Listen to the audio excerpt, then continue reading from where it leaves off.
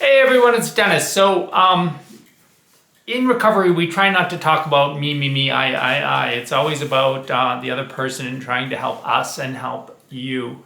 But we also do talk about ourselves and we talk about our stories and our particular experiences. And we do this not out of pride because, it's not exactly something to be proud of, but rather to help others to identify. And if you have a newcomer who actually hears a piece of your story or something about your story or something the way you felt, and a bell goes off, it's really kind of the beginning.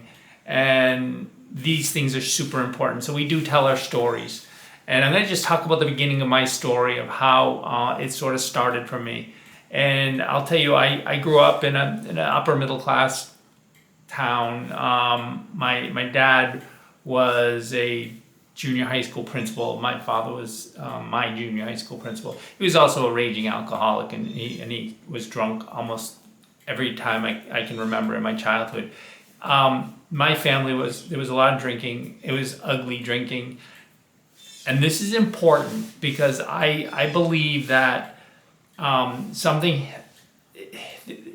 what happened was I never saw anyone drink socially. I only saw people drink to get drunk. And it was always that way. That's the only purpose I ever saw for alcohol, was you drank to get drunk. I never ever saw people have a little bit and put it back. They always drank until they couldn't drink anymore. And they got sloppy, ugly, mean, melancholy, sad, all that stuff when they drink. And I hated it.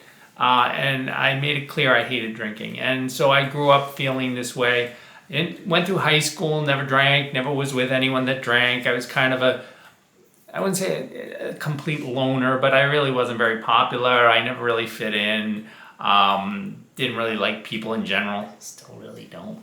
I was never really comfortable around people, and honestly, people weren't all that comfortable around me.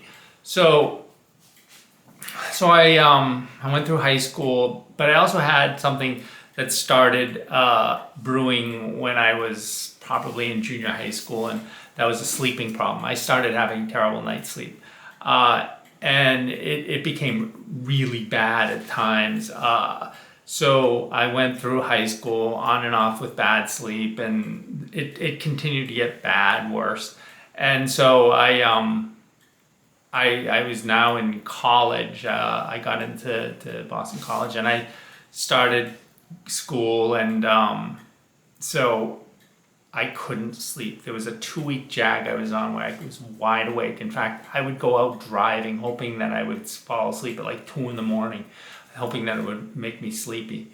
I was sober at that point, but then I got so desperate that I went down to the dining room where there was a hutch, and in the hutch was the liquor, and I took out a bottle of wild turkey, and I poured a large glass of it, and I drank it down. This is at like 2 a.m, in the middle of the week sometime, and I drank it all down, and something happened. At first I thought, oh my God, people drink this stuff. It was horrible. I thought it was cleaning solvent, but then I realized why, and it hit me, and something clicked in my head. A light went off, and this was good. And it immediately became my favorite thing.